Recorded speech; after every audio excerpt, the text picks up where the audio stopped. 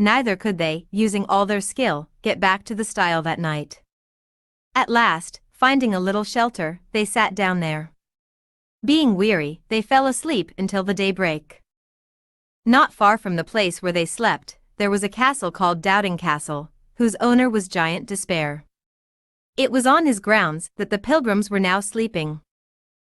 Giant Despair, getting up early in the morning, and walking up and down in his fields, caught Christian and Hopeful asleep on his grounds.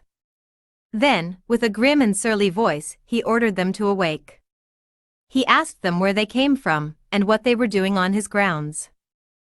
They told him that they were pilgrims, and that they had lost their way. Then the giant declared, "You are trespassing on my grounds, and therefore you must come along with me." So they were forced to go with him, because he was stronger than they. The pilgrims had but little to say, for they knew themselves to be at fault. The giant therefore drove them before him, and put them into a very dark, nasty, and stinking dungeon of his castle.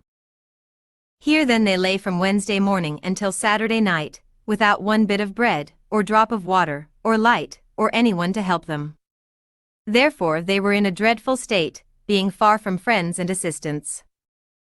Now in this place Christian had a double sorrow, for it was through his ill-advised counsel that they were brought into this distress.